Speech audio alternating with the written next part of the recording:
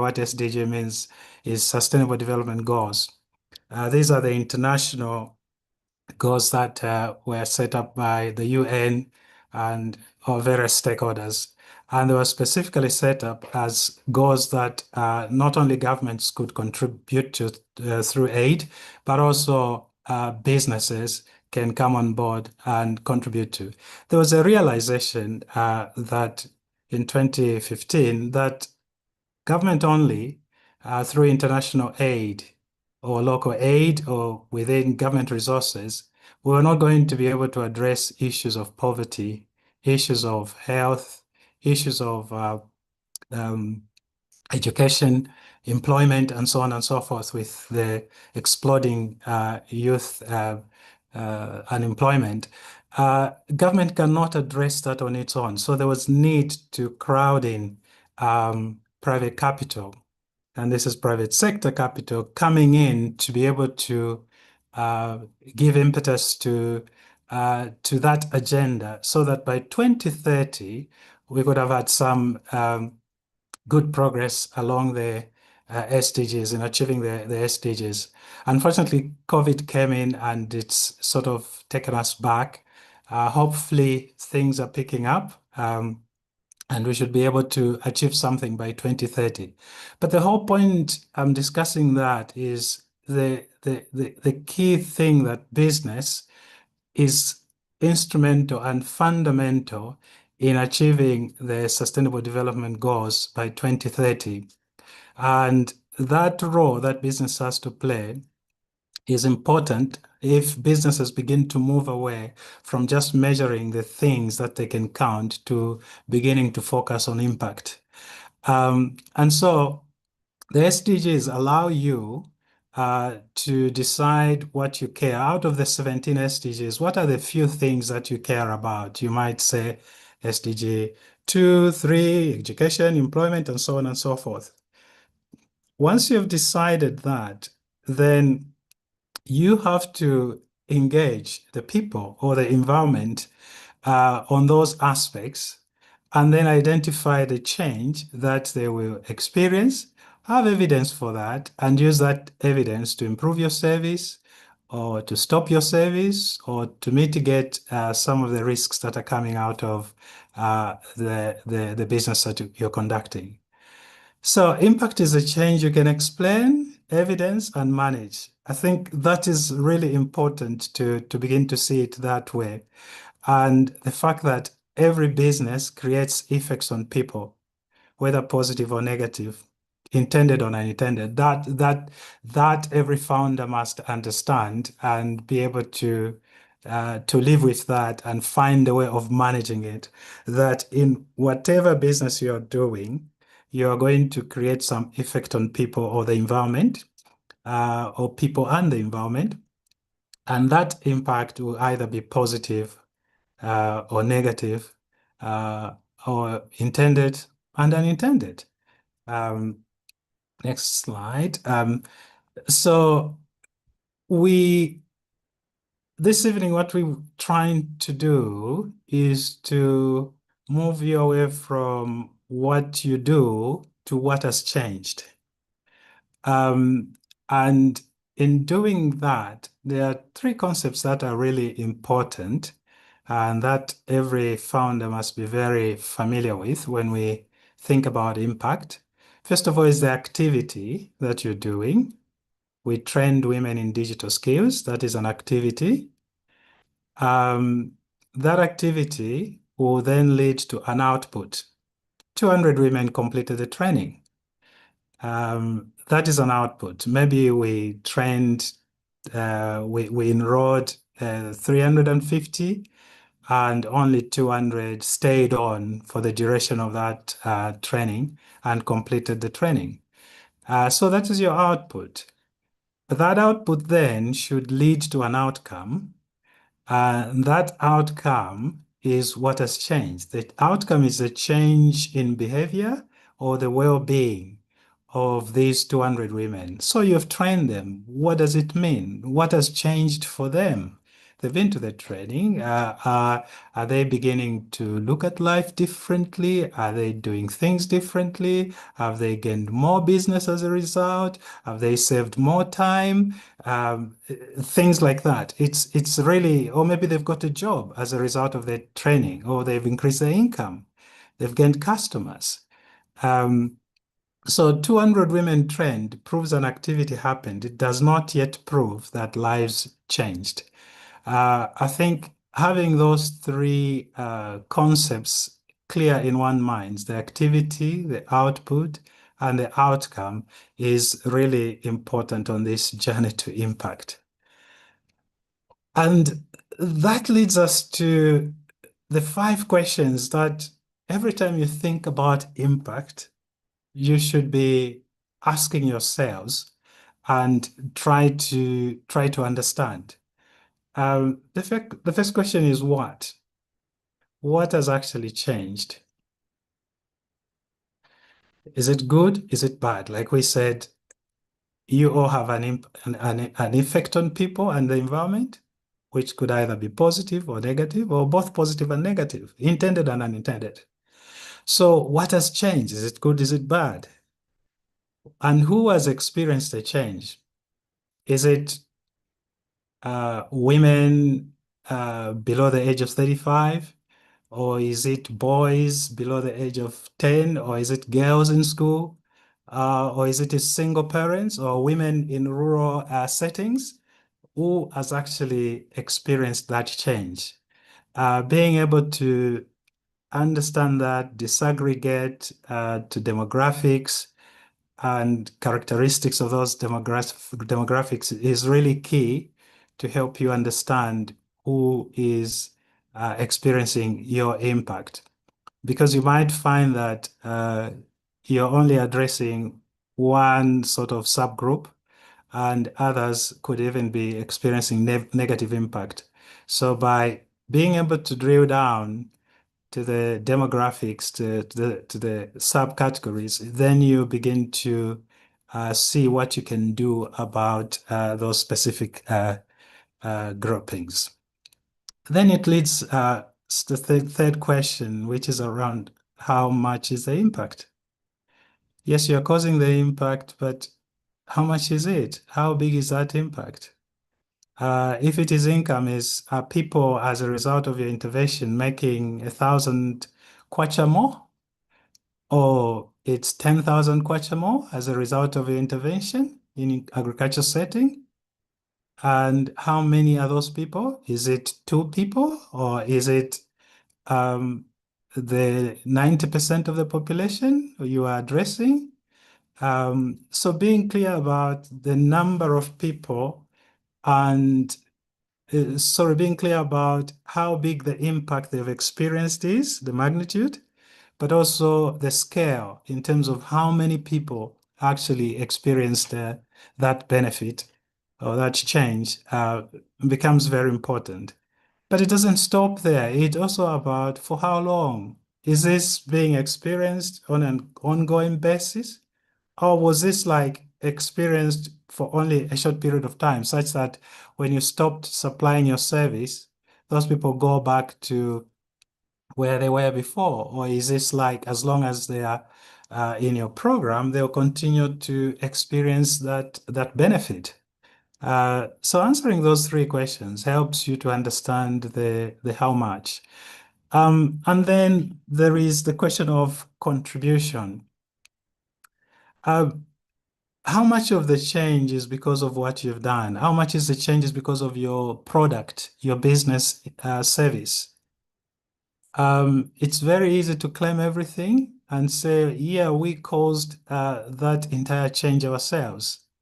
And this is where issues of greenwashing, impact washing, SDG washing comes into play, because um, you may have sometimes to acknowledge that, for example, if you're providing an app to register people and maybe access loans or something like that, um, There are other providers involved. It's not only you. There are people who are providing the SSD codes, the networks themselves, there are the banks themselves. So there are other players involved in the entire value chain that you're working in. So to begin to claim the entire change in that value chain as yours, as 100%, might be actually overclaiming, So you need to be modest about that and actually think about, yeah, I think we're making a difference, but actually, um, our difference is sort of responsible of maybe for 50% of the change. The other change is coming from other players or other partners in this value chain. Um, then there's the risk.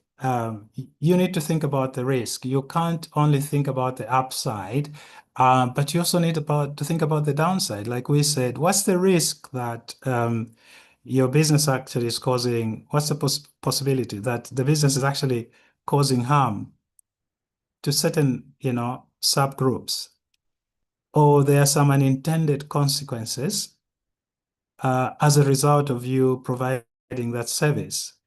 An example would be giving people access to easy loans could result in indebtedness. Developing an app that allows for health access could also open people up to cyber security and breaches and so on. So there's data security there. So there are some intended consequences, actions, results as a result of the service that you are giving that your stakeholders may experience. So you need to think about in terms of how do we actually mitigate that to ensure that the service that we're providing has got an upside and the undersides are sort of mitigated to ensure that the impact is not diluted in that sense. So you're having this broader holistic overview of what it is that you're providing, who you're providing to, and we're experiencing that change. How much is that change? What contribution do you think you are making to that change that you can claim for yourself? And also looking at the risk of unintended consequences. So if we look at it as an example, somebody could say, our platform helps women-owned businesses increase their income. That's a claim that you can make. Um, so the questions we'll start asking are things that what income change? Okay. What exactly is the income change and which women and where? By how much? For how long? And how many of those women? Uh, how do we know it was us and maybe not others? That's a issue of a contribution.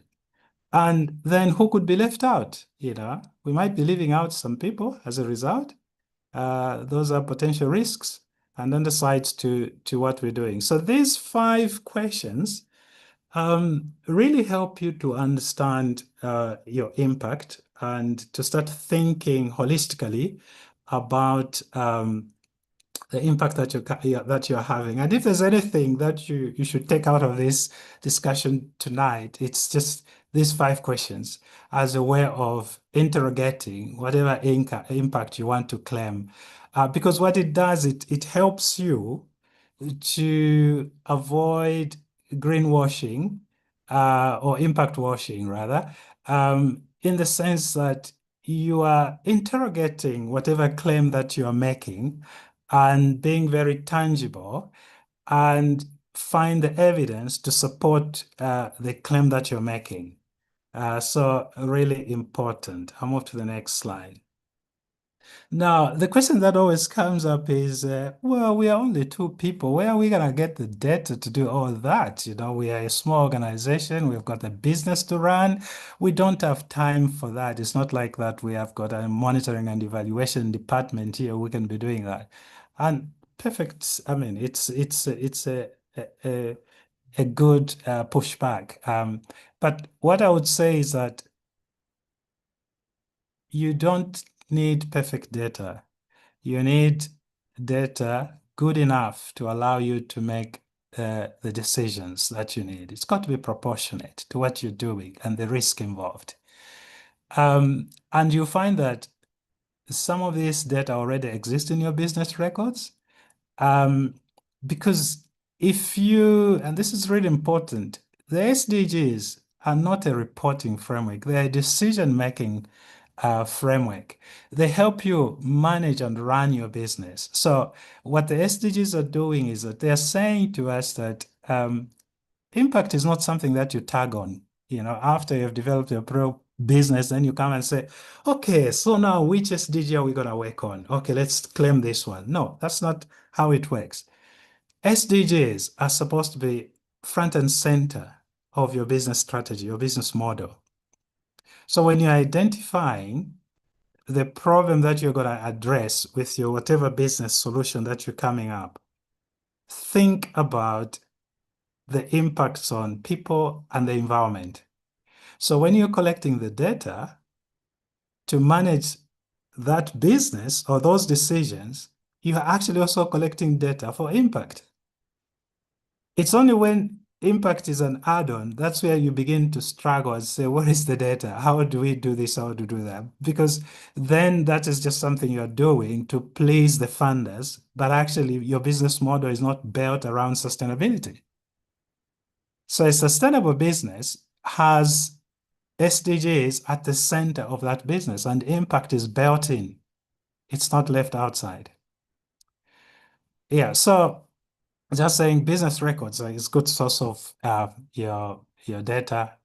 You can do short surveys, customer service surveys, which every business does. And those could be very short ones, sometimes using SMS, sometimes using WhatsApp, short surveys, a couple of questions and short interviews. It doesn't have to be a factory that you're creating, the entire industry around collecting data. It's got to be simple, but credible data that you can use to make decisions.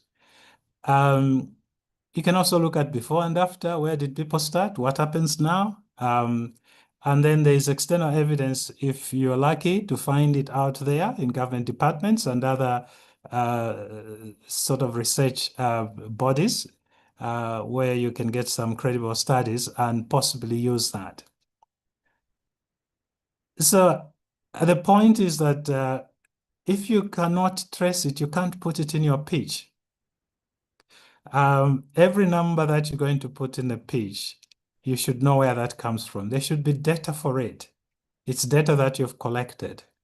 And then you can't loosely claim and say we are empowering women, because the question is exactly what do you mean by empowering women?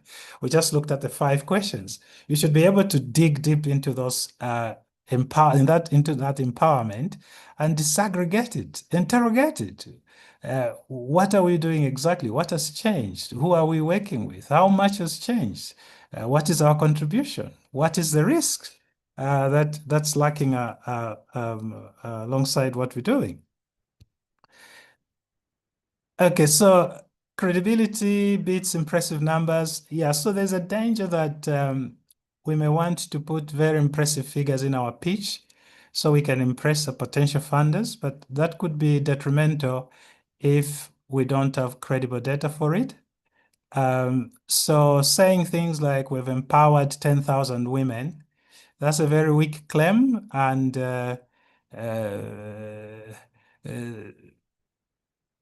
funders who are alert may actually quiz you on that to demonstrate how have you empowered 10,000 women, Can you explain that empowerment?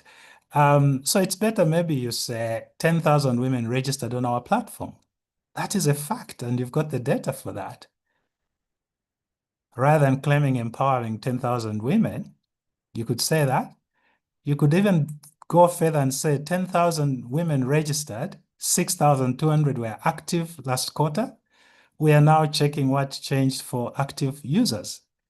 So what you're doing there, you're actually acknowledging the entire population that you have reached. But actually, out of all that, out of the 10,000, only 6,200 are actively working with you or using the platform. And at this point, you have not yet gone in to interrogate what has changed for them and to understand the impact that they've experienced. And so you are then able to show the trajectory of where you're going with your impact measurement, because it's a journey that we are now checking what has changed for active users, our active users. So you're showing progression. And as a funder, I think looking at that, I would see you more credible than somebody who just comes and says we've empowered 10,000 women. You know, I would find the third answer as much more credible, and credibility when you're building a business. Some funders just buy credibility, to be honest, and profit and credibility. So that becomes really important, that you don't just put impressive numbers there, but you ensure that those numbers are credible and backed by good data.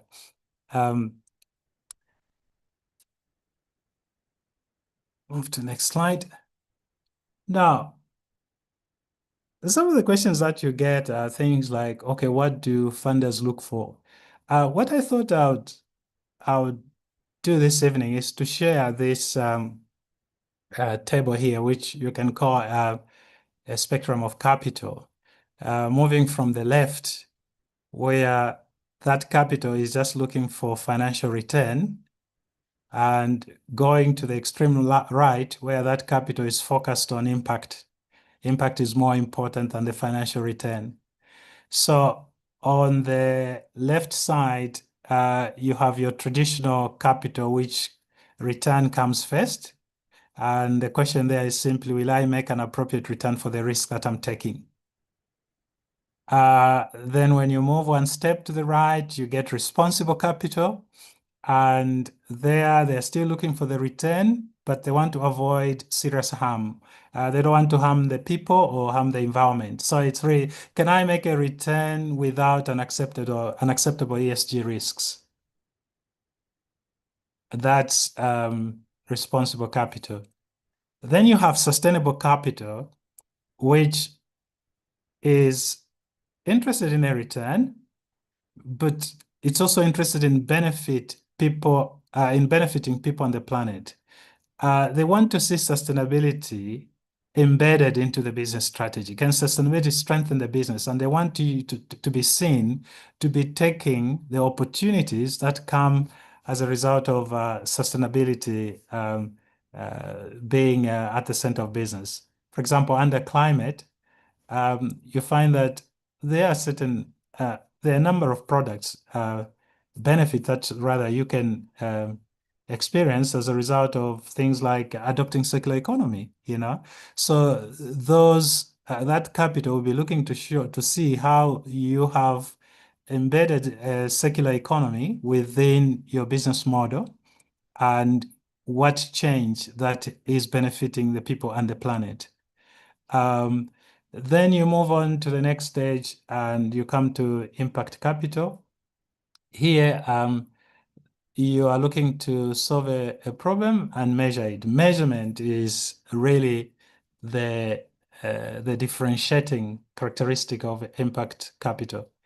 Impact capital wants to measure, is intentional about impact, and measurement wants to make sure that there is measurement there. And this is where those 5 questions come into play. So they're asking the question, can I get a financial return and measurable impact? For impact capital, that is really, really important. Then you go to your right and you get to philanthropy. Here, impact is more important. Philanthropies, they can even actually take below market return if you can give them the impact that they're looking for. Can my capital help even if it is not repaid? That is under philanthropy. So the important thing here is before pitching, you want to ask yourself that what does this funder want from its money? Sometimes you can go to their website and you see what are the things that they are reporting on themselves. what are the things that they are saying they are doing?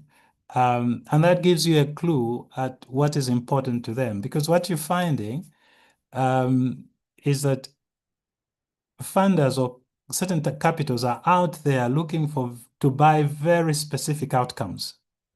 They want to buy very, very specific impacts so they can actually report on it themselves because that's what they are committed to. That's the achievement they are looking for, whether it is maybe women empowerment, gender issues, or it could be climate issues. So you need to understand what it is that they are prioritizing and what they want, the sort of outcomes that they want for their money. And this helps you to understand that. Now, what I'm not saying here is that then you begin to change your business model to suit each one of these people. No, your business model must be set to tell your story. Your business model is authentic. Your business model is solving a specific problem that you have identified and is impacting a certain number of people. But what you do when you are in a room and you realize that a funder is coming from a particular grouping here, you can then simply change your emphasis so that you speak to their needs. But you are not changing your business model. Your business model is set and is addressing a very specific problem and a specific audience, and you can credibly speak about that. You are not impact washing, you're not greenwashing, you're not tailoring to secure capital for the sake of securing capital, because that's not credibility. You won't have the data to do that. But you set your business model, you collect the data, and you're able to evidence the impact that you're creating. But when I go into a room and I realize that this funder is interested in women issues, ensuring like it's 2x, then I need to speak to show how my business is impacting women. I could say out of my platform users, 10,000 platform users, 70% are women.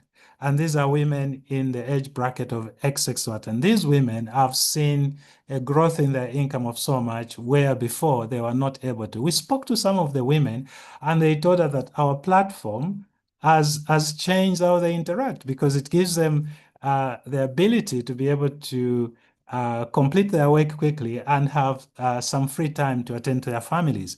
So I'm telling the story about gender empowerment and what my business has done to achieve that. I'm not just creating a story to suit a funder. I'm just emphasizing certain aspects of my business model and impact that I'm creating to suit this particular funder.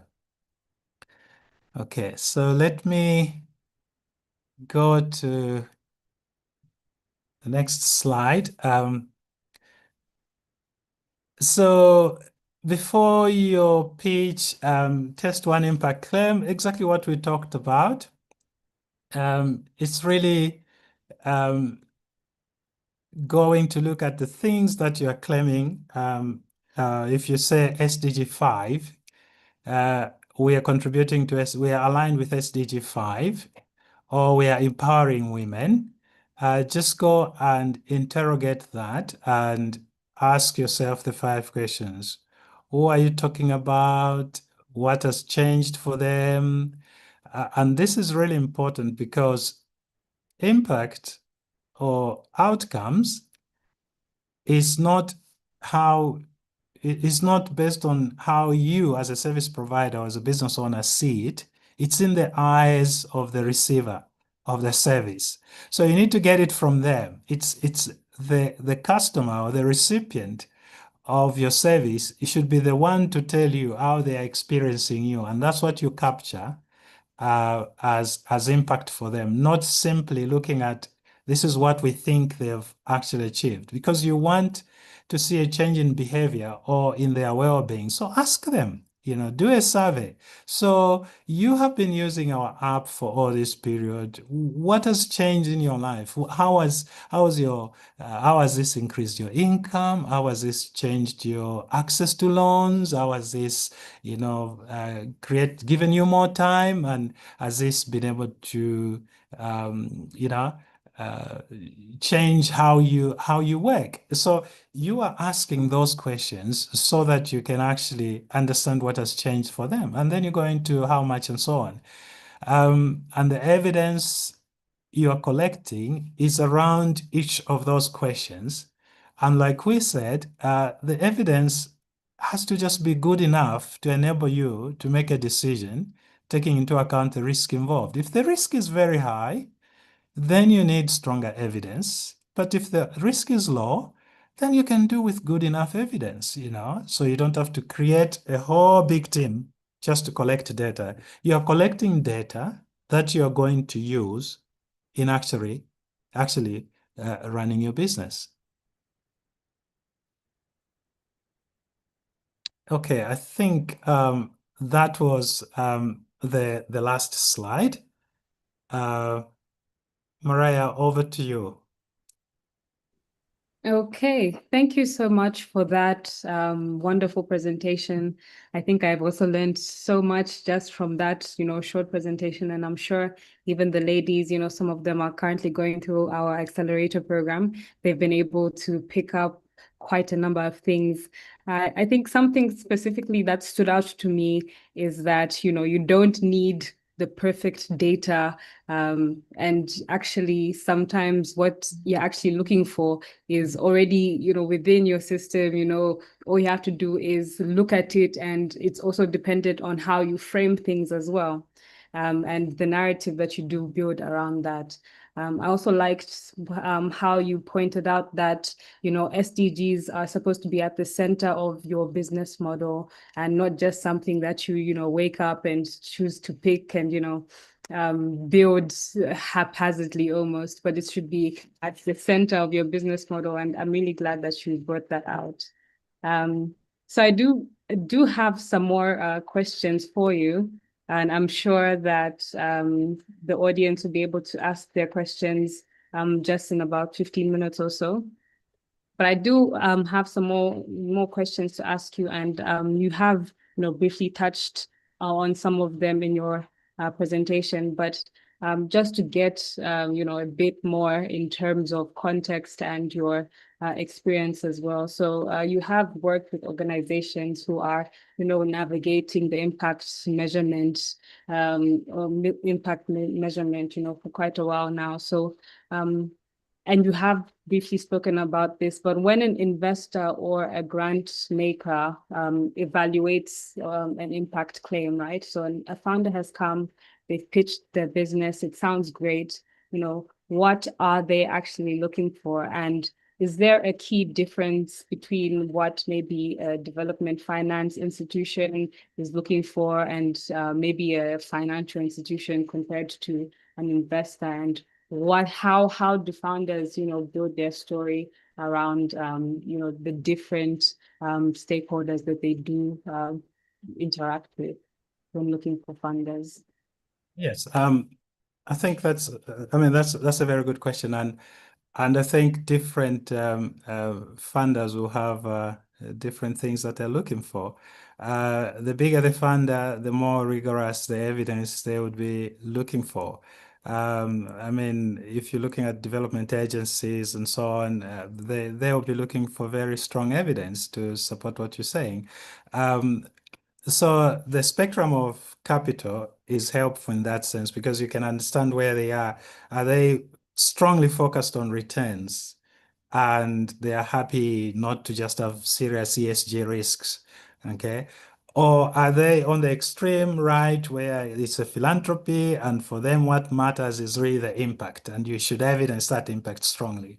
Um, so I think that helps you to gauge where they are and for you to frame your conversation to suit their needs. Um, it is true that there's been a little bit of especially with private capital and maybe smaller entities. With what has happened in America, there's been a bit of step back in terms of how much we talk about impact, especially around climate and so on. So a bit of stepping back. We've seen this even with the World Bank stepping back a little bit on some of the models of how you assess that, and to what extent you should sort of ask for ensuring that these are conditions, for granting funding. But I think overall the trajectory is still the same. And as a business owner, I think what I'd be more concerned about is that I have a credible business that is sustainable, because I think a sustainable business has got more chances of surviving and staying longer in business and making more money actually than a business that is just out there, make a quick buck and disappear. If you come up with solutions that are really addressing some of the big challenges, social challenges that we are having, or environmental challenges that we are having, I think that's a business that will be there for quite some time. So not being derailed by what is going on, or just building a business model that fits a particular funder, I think it's something I would step away from. I would build a business model that is sustainable, that is solving a problem, and that with or without funding, I think clients will still come and buy from me. Additional funding will just help me to scale. Um, so I think it's important to keep that in mind, and more importantly, to think about the spectrum of capital to help you frame the discussion so you can know how to speak to the various funders.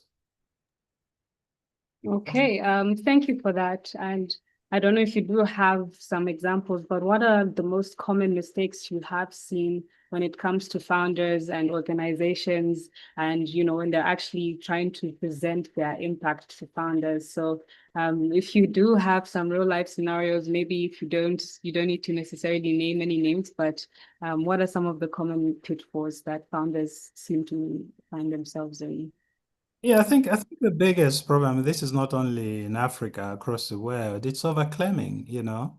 Um, Remember the funders, they do this all the time, so they understand this, and they can see through you. Do not overclaim. You're not empowering women. Don't put up statements like that. That's impact washing. We're empowering 10,000 women. No.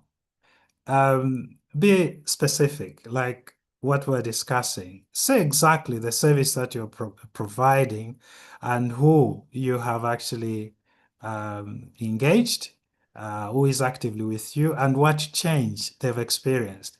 So being a bit more, because you go in there, you don't have the data, and you make a claim. And so then they ask you with a follow-up question on, okay, you said you're empowering women. What evidence do you have for that? And then you're stuck. But if you went in there and you said, my business is here working with 10,000 women we've reached, and 6,000 of them are actively working with us. And recently we did a survey and found that out of the 100 that we surveyed, 90% said that their income has grown, or they have freed up more time by using our app, which they are actually that time they are using to do other things. This was not possible before. So you are actually drilling into the actual impact, because like I said, impact is not claiming that whole number. Impact is those 5 questions. So you need to ask those 5 questions before you go in and pitch. Ask yourself those 5 questions. And once you've got answers to those 5 questions, then you can go in and make the claim that you want to claim. But I think once you've just gone through the 5 questions, you really become uncomfortable about some of the statements that you would have actually made if you didn't ask yourself those 5 questions, because they actually bring it home to you to say, no, no, actually, you don't have data for this. You don't have evidence for this. So that's what I would say. I think the biggest challenge is where funders, they treat impact as a separate item, and they even have a separate slide for it. This is the impact we're creating. But the moment I see that from my point of view, then I see a problem there, because impact should be part of the problem to begin with. The problem definition, the problem solution, the solution to the problem, the impact should be embedded into the problem definition, the solution, the traction, and all way through. It is in there, it is embedded in there. The moment you start isolating it and keeping it separate, or at the end of the presentation, then you say, we've empowered so many women. Then you see actually that you have a problem there. This is not something that is embedded. This is not at the center of your strategy. It is something that you are bolting on, and that just doesn't work. Funders can see through that. Thank you. Thank you so much for that point. And I really do appreciate the emphasis because, we've seen many pitch presentations with impact being a standalone, slide and, it's explained in a certain way, but just the emphasis that it should be in everything you do, the sustainability aspect of your operations and everything that you're trying to achieve, it should be there from the onset and not just an afterthought.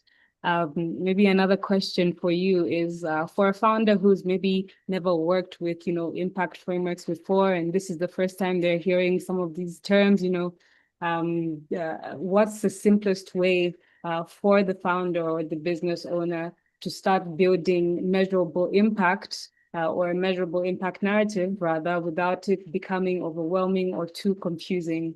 Yeah. So that's my question for you. How, somebody who's just hearing impact washing and all these terms, how do they overcome that initial barrier?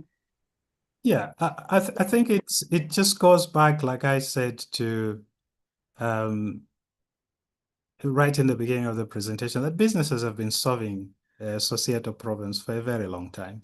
Most businesses are built on solving a specific problem that people are experiencing. And what businesses have not been good is being able to measure that.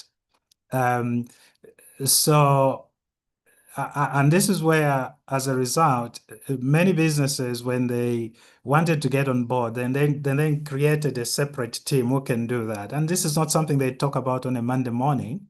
It is something they think about at the end of the quarter or before they put together a proposal for a fund, and then say, "Oh, but what's the impact we are creating?" And then they're trying to measure that, and they find they don't have the data. But if you're going to embed, for example, if you're a loan, you have an app that gives access to loans, you should immediately embed into that issues of sustainability. When you talk of access, you're talking access to who? Is it only urban dwelling Gen Zs and younger people? Or is it those rural women, elderly women who have just can't even walk to the bank, but they also don't know how to use the apps? What exactly are you addressing? So you can begin to see there that in the business model itself, the moment you begin to open it up and say, okay, who is our customer? What are we actually trying to achieve for this customer and for that customer? That is already impact measurement. You're working with impact measurement right away within the business model. And it's not something that you're going to do at the end of the period, because you'll be then saying to your operational team, why are we not reaching these women? Okay, we are only reaching people in the urban areas, but we're seeing that in the rural settings, we are not reaching these women or this sort of demographic. What is the problem? Um, you also then look at some of the risks that your business could create, and you'll be asking yourself, is this access not going to create indebtedness? How do we mitigate against that? So you can see there that actually what you're doing is you're building a sustainable business, because if you build a business that just lends to people and gives loans without worrying, and I'm sure all of us have heard about the disaster in public sector where people are heavily indebted, and it's creating a lot of mental issues for many people. But this is people are given a lot of access to loans without the necessary mitigation or controls that would avoid people getting heavily indebted. So that's a sad story to read, actually. And I hope the providers are looking into that. I think they are, to see how they can actually mitigate and manage that. But the point I'm making really is that you embed impact decisions, and that's why we said SDGs are not a framework for reporting. It's the way you make your decisions, the way you build your business, it's how your business model survives, it's your governance, it's your strategy, it's your operations and management. And the moment you begin to see it that way, then the KPIs that you're looking at every Monday morning are the same KPIs that are speaking to your impact. And the story changes completely, you know. Don't bolt it on. If you bolt it on, then you have trouble. Then it will be the problem where you're saying, where do I start with all these things? So a good starting point is to understand more would be the SDGs themselves, but that's a big read, and you may not have time for that. So the quickest and easiest is the 5 questions I gave you, you know. And if you are really interested to know more about the 5 questions, you can go to a website called Impact Frontiers, impactfrontiers.org. And there you can check for the 5 dimensions of impact. And each of those questions will be discussed in much more detail. And that could help you to frame. But even if you didn't go into all that and you just asked yourself those 5 questions, you would be quite way off on the journey to managing impact very, very effectively. Okay, thank you for answering that question. I do just have a few more questions for you. I know that we do have some questions from our audience that we need to tackle, so they won't be too long. So my question for you now is concerning impact and the conversation of profitability. For a founder or business that is, stuck, maybe I'll sort of call it in the traditional ways where they say, okay, even if I measure this impact, my money is not multiplying, or, they don't see that profit within their business. How would you emphasize to them the importance of tracking their impact and just having that, in their business model as well, even if they're not necessarily having those investor conversations? Thank you. I think it's always good, like we have already talked about, to build impact around what you're doing, whatever that you're doing. Um, if, say, for example, you are developing an app to help with education, learning, and so on, you build the impact there. And what impact are you looking for? You go into the SDGs on education. They'll give you the indicators to measure. These are the key indicators to measure. So, for example, what we are having, as an example, the government policy around um, free education, that has allowed a lot of kids to go into school, which is fantastic. And so more people have got access to education. So we can measure that. That's an output. More people in education as a result of that. But what we are not able to say is the quality of the learning outcomes as a result of that. So if I'm building an app around education, then I would be focusing on learning outcomes. What difference is that making to the learning of those students?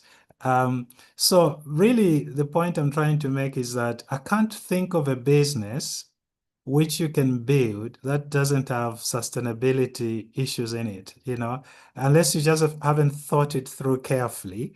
Because even the Uber driver will have a younger driver will have sustainability embedded in there by turning up on time and making sure the customer is delivered to their location in a safe way, and using as much shorter route as possible so that our burning of carbon is reduced. So you can actually frame every business in a sustainability that ability way.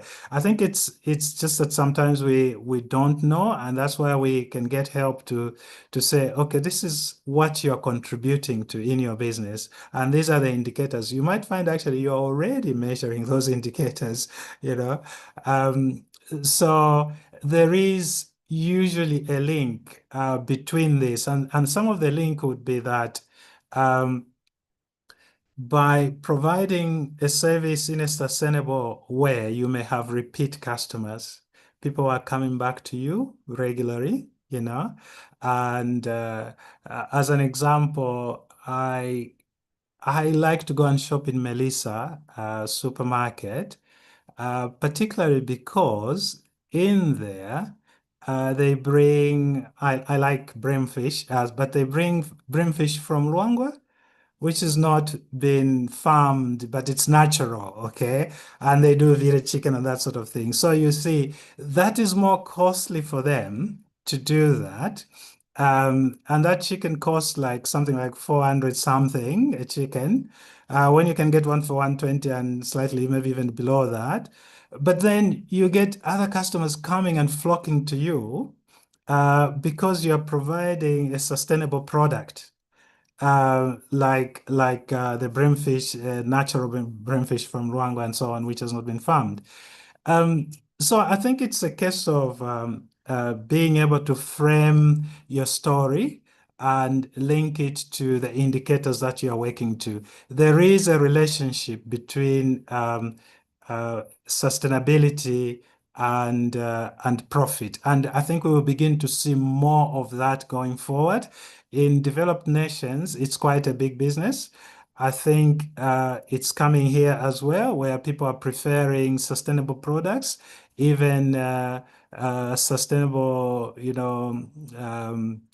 services and so on, because people want that, So that link can be actually established easily. Yeah. Okay, thank you for that. And now my final question before we do open it up to the audience. We do have our top 10 founders who are going to be pitching on the 24th of September. So this session is also just sort of like a lesson to them as well, to prepare for demo day as they pitch in front of the judges as well. So, but this is not only for them, this is for every founder. What is one thing that a founder can do this week that will help them strengthen their impact narrative? For our founders in the program before demo day, what would you recommend? And are there any resources or tools that you would point to a founder as well, so that they can also go a bit deeper in the importance of impact measurement? And I know that you already did give out your website where the founders can find the resources as well. But do you recommend, other tools or resources that they can also go and find out more about this? Yeah, founders are busy people. They have marketing, sales, and staff, and so many things to worry about, finances, etc. And so I'm not going to burden you with stuff there. What I would say to you is just go look at the pitch and ask yourself those 5 questions. Just ask yourself those 5 questions. Who are you servicing? Who is your customer?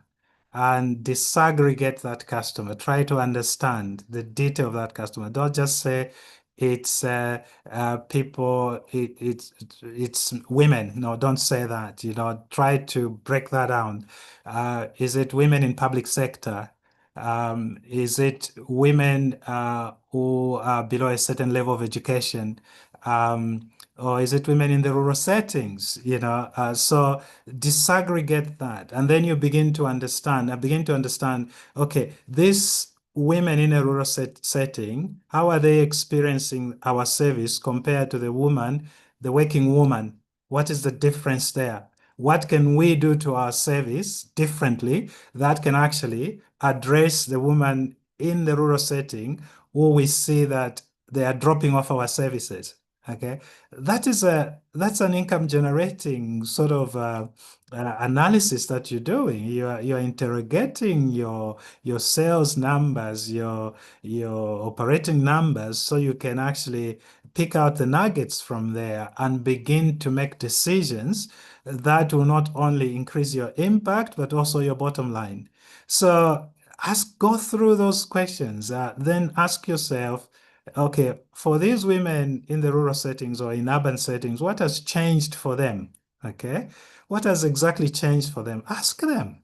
Do a quick WhatsApp call or a couple of web questions to 10 women, roughly randomly selected, and ask those questions and try to find out what has happened to them, what has changed for them.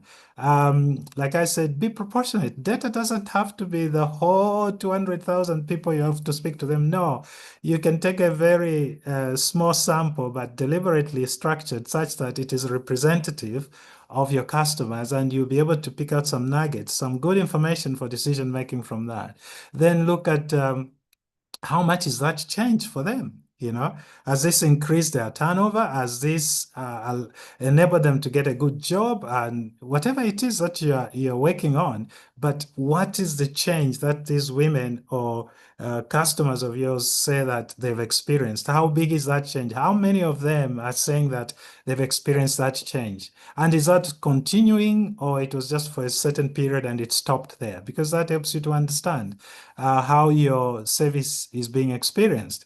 And then step back and be modest about it. You can't say, this is me 100%, this is us who have done this, but there are other players in the field. So, and acknowledging the other players and the role that they are playing could actually, or not playing properly, could help you to actually improve that so that you can then in the process serve your customers better, because you might find that your app is working well, but the hosting company is not doing a good job, and the app is down most of the times, so people are not able to access it. So you may need to then speak to your hosting company to say, hey, the downtime is too much, or move your services somewhere else. So you actually, by asking those questions, you are evaluating your entire value chain and beginning to understand your services and their impacts and how they are being experienced by your customers. And you're also interrogating your bottom line. So it's intertwined, if you can see what I'm trying to do there. It's not something that you need to step back and say, oh, what about impact? What impact have we had? It's something you discuss every Monday morning when you meet with your team. You're talking about these issues, and these issues are the impacts that you are creating yourselves through what you're doing. So the 5 questions is what I would say. Go pick up your pitch and say what you've claimed there and ask those questions and see whether you can speak to each one of them. If you cannot, then collect a bit more data. Do a quick, rapid, lean data, we call it. Very lean, but effective in that sense to help you come up with decisions. Where you're not sure, say so. You can say that. If it's a critical issue which you think is important to the funders, but you don't have that data for it, you can say, this is what we are planning to work on. With additional funding, we'll be able to establish this. But early indication show that our customers are happy about 1, 2, 3, 4 things. Thank you. Thank you so much for that. That was my last question. Looking at time, I definitely want to hop into the questions that some of our audience members do have. There are some questions in the chat. Please, if you do want to unmute yourself, please just raise up your hand. I'll be able to unmute you and you can ask Mr. Patrick any questions that you may have as well. So I'll start with the first question from Grace Kasemba Simbule, and her question is, what is your advice for a startup that may need some financial input before they get funders, especially that impact is a strong asset to getting funders as indicated from your presentation? So that is our first question from Grace. Okay, is Grace asking about, can you repeat the question, please? Okay, so the question is, what is your advice for a startup that may need some financial input before they get funders, especially that impact is a strong asset to gather funders as indicated from your presentation? Yeah, Grace, I think this is like a chicken and egg thing, you know what I mean? You need to have your story. You need to have your story. You don't need to have the data, but you need to be very clear about what SDGs you care about and what problem you're trying to address.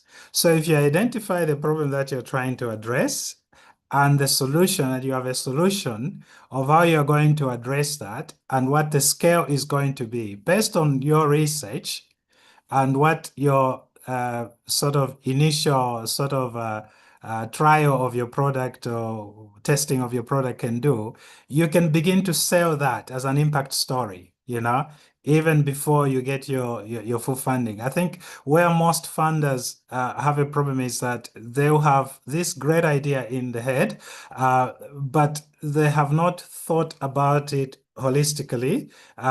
It's just from their perspective, but they need to think about it from the customer point of view. So you could do a bit of a initial survey, very cheap initial survey of potential customers, so you can build up a evidence of what your solution is able to do and achieve and the change that it could make.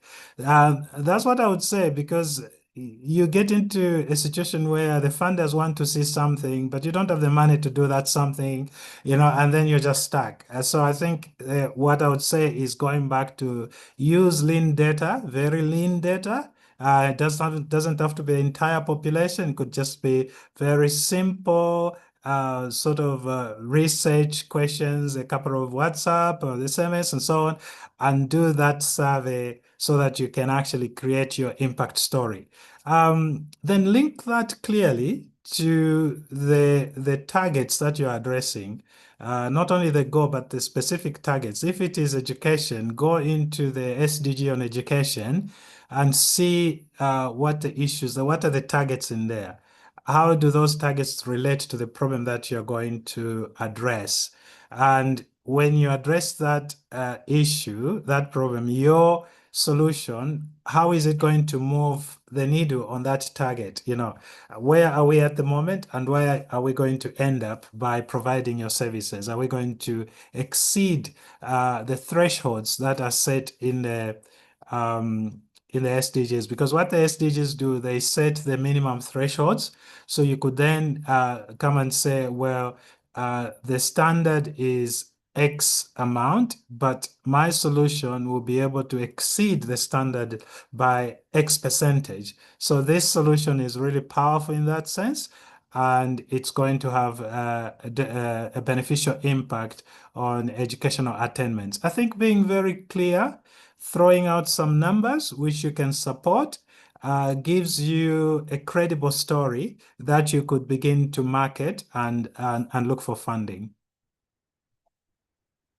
Okay, thank you for that answer, Grace. I hope you did get that answer. I will move on to Webster Zulu's question, and you might have already touched on this, but the question reads, how can we move beyond simply documenting activities and outputs to measuring the actual change created in people's livelihoods, behavior, and economic participation? Are there practical tools, frameworks, or guides that organizations can use to systematically collect this evidence and translate it into credible impact reports that can strengthen partnerships and funding opportunities? So that is from Webster Zulu. You're already there, you know, you're already there. That's a mouthful of a question, but a lot of pointers in there suggesting that you are actually on this journey already. And I think I would point you to Social Value International on their website. I'm a member of Social Value International. On their website, there are some useful tools. These are principles. There are about 8 principles of social value. So if you go into their website, you'll find a principle on measurement, how to actually measure It's not going to be the economist way of measuring, but simple tools on a scale of 1 to 5. How have you experienced? What do you say the change you have experienced is? Some would say, well, 3. Okay, so that's a simple tool that you give to your customers to measure how satisfied they are about the service that you are providing without really engaging uh, econometrics and so on to be able to do that. There are very simple things that you can do. So go look up that principle. I can't remember if it's 5 or 4 on measurement on the Social Value International website. Okay, thank you for that. We can move on to Techno CK6 question. I don't know what your name is, so if you can just kindly type that in the chat.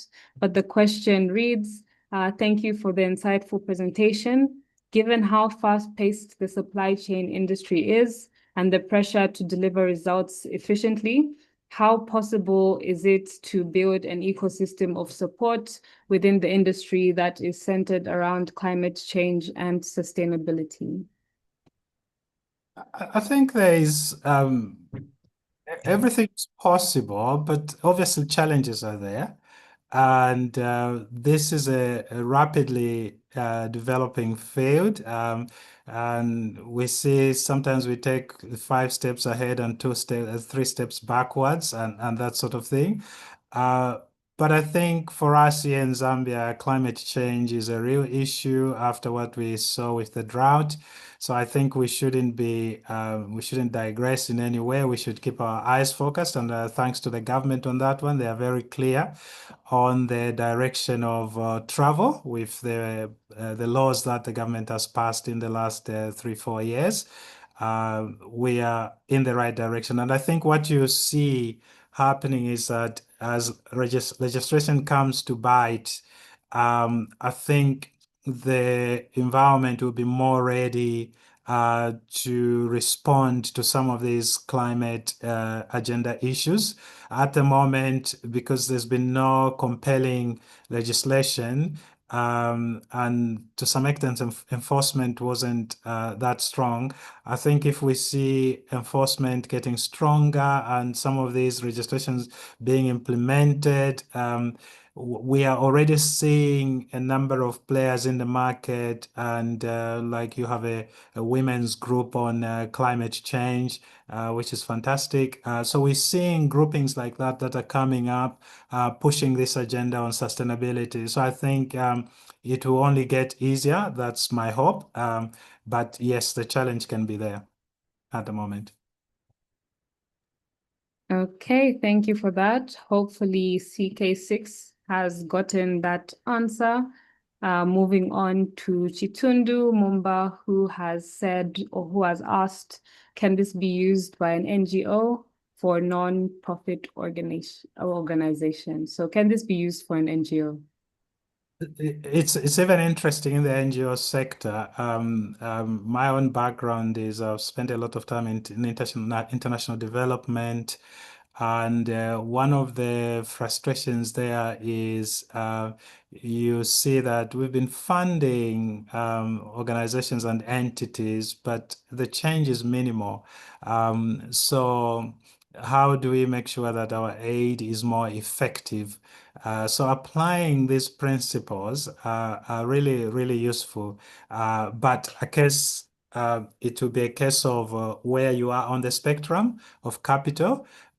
You'll be more towards the right end there, where you have impact capital and possibly sustainable capital in that direction. So most of what you guys international funding organizations are actually on there. So I think when I left DFID, the entire thinking of the organizations had changed, the UK International Development Organization. We were more looking at very focused on results and making sure that the funds or the recipients are more sustainable. So this framework was actually sponsored by a number of the Swedish, the UK, and many others. These 5 questions. They did a massive project around. It was called the Impact Management Project. And the whole point was let's redefine how we measure and manage impact. And that's where these 5 questions came from. So this is very current and useful data even for the nonprofit sector. Okay, thank you so much. We can move on to Chilombo Wonse Wellness's question. It's quite a long one. So if you do need me to read it back, I can, but it reads, in health tech, for example, as a founder, how can we quantify our contribution to systematic improvements like hospital interoperability or streamlined care pathways when existing SDG targets don't explicitly measure them? Furthermore, are there any novel measurement models that can capture the invisible value of digital integration, moving beyond discrete interventions to measure the quality of a connected care journey? Any tools that you would recommend? So that was the question from Chilombo. Chilombo, that's a tough one. Yes, for sure, it's not everything that would be in the SDGs, but there'll always be an indicator that you can actually use as a proxy that could speak to that. What I would point you to is a website called Iris Plus.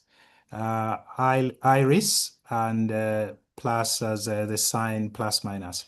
Iris Plus. That is a website that has a digital sort of measurement tools that has been built by the Global Impact Investing Network.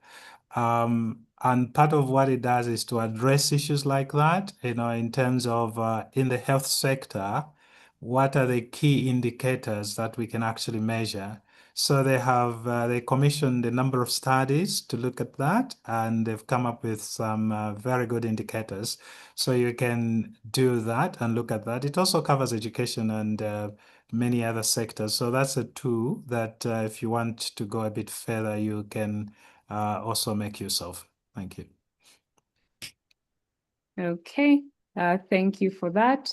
Now we can move on to Nakubiyana's question, and she asks, how can health tech businesses balance affordability and inclusion for low-income communities with the need to remain financially sustainable and profitable? Yeah, that's a major challenge, and I think this is where you begin to again go back to the spectrum of capital and say to yourselves, who are we pitching to, and what's the tenure of this capital, because some capital is very short term, that it won't allow you to scale your model to the point whereby uh, some of the customers who can afford are able to pay for those who cannot afford, and you build the model until it matures.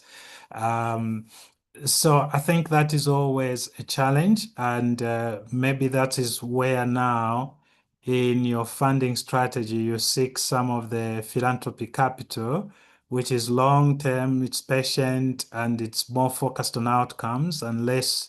I mean, some of it is happy to take a loss, as long as the outcomes can be provided. So maybe if you have like a blended finance sort of structure, that could help you to be able to have the time and the means to survive, build your business model, it matures. And for those loss customer segments where you cannot just make a profit, but the service is really key for them, you can then use maybe your philanthropy money to be able to meet that customer segment. And then the other funding which is profit seeking is addressed onto the profitable customers. I don't have a clear-cut answer on that one. That's a challenge for sure. And you just have to be very creative about it. But I think the important thing is that in building a business model, maybe it would be a case of saying, initially, we'll begin with this segment, and then as we become more profitable, we can then bring in this other segment, which is less profitable. So maybe you have like a journey of how you get there to address the other grouping. Because at the end of the day, you need to be profitable to sustain yourselves, otherwise, uh, how do you do it if you are making a loss from day one, unless you have got somebody who is able to happily fund you to do that? Okay, thank you for that. I know that we do have 4 minutes, but I'll take the last two questions. The last one is just a short one from Facebook as well. So starting with N Mukuka Food Supplier, it reads, "Thank you for the presentation. Was educational and very helpful to us. Just one question for you. When presenting your impact, how important is it to ensure your core values are part of the message?" And maybe I'll just add Roy Tisha's comment from Facebook, and he's asking if you can tell us how many startups you have managed to help, in terms of the impact measurement. So have they been able, can you put a number to the startups, who've been able to raise the funding from the frameworks that you've presented tonight? Thank you. Oh, good, good. Maybe I should start with that one.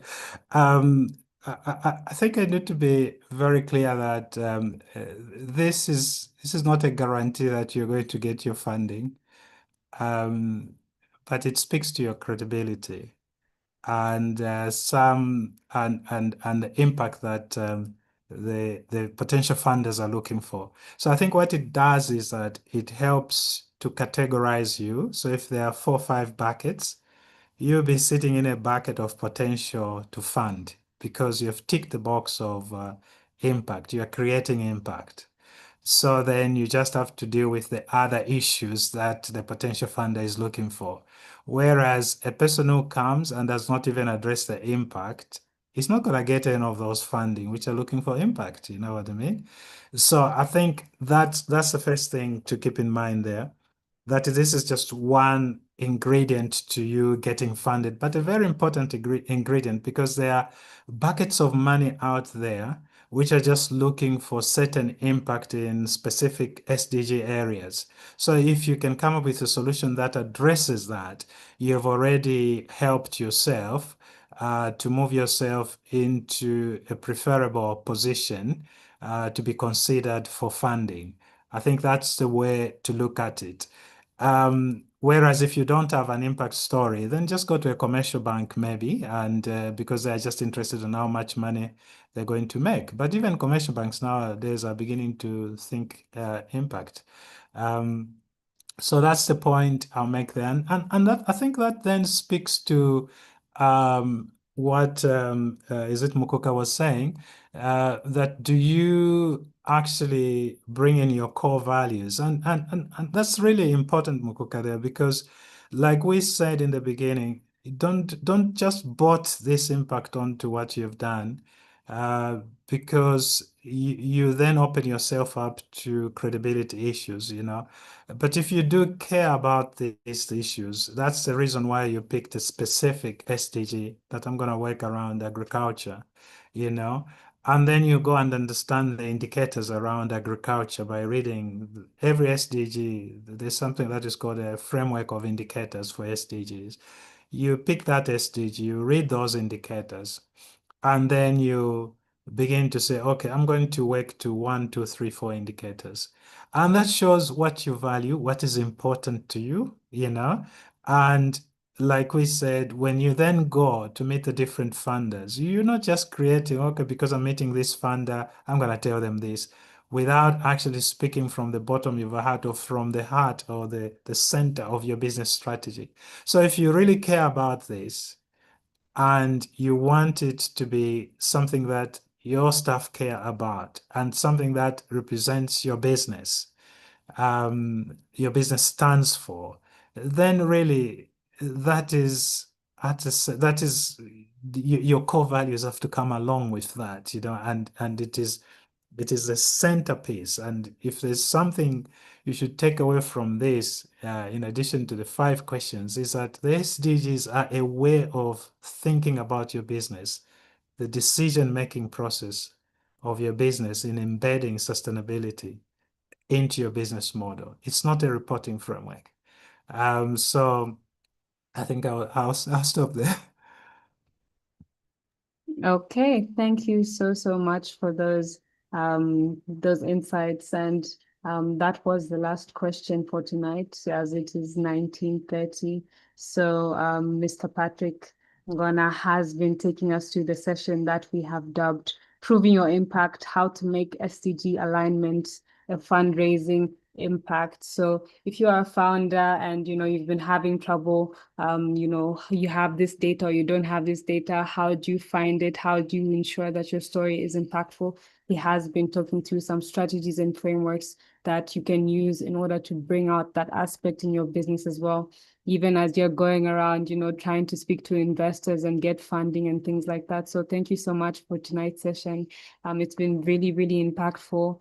And if you would allow us, if we can also share your presentation to the members who have joined the audience, I think they'll really appreciate that as an additional resource.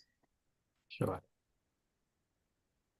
Okay, so that was our second webinar out of 3. So in the first session, we did have our governance session with Jacqueline Lungu, who was a legal expert. And for today's session, we have had Mr. Patrick Ngona, who is the founder and managing director for Impact Visible. I think even as I am sending out the email that you will receive after this webinar, as well as the presentation, I will also ensure to add some of the websites and resources that he has also mentioned in the conversation as well, so that if you're interested in learning more, you can definitely go ahead and follow all those tools that he's mentioned as well. So in our next session, that's going to be next month, should be on the 17th of September, but please do just keep an eye out on our social media platforms. But we're going to be sitting down with investors just to really get more insights on what they actually look for as well. When founders do come and, pitch their lovely business ideas as well. So thank you so much, Mr. Patrick Ngona. Thank you. Thank you very much for inviting me, and I hope I've contributed something worthwhile to the founders. Thank you. Yes, you definitely had as well. And thank you so much, everybody, for joining. And thank you for your questions as well. I have seen some questions for if you're going to get the recording of this. If you ever want to go back and rewatch this video, this is always going to be on our Facebook page as well and on our YouTube page as well. So we won't be sending the direct recording, but you can find this on our Facebook and on our YouTube page as well. So thank you so much, everybody, and have a good night. Thank you. Bye-bye. Bye.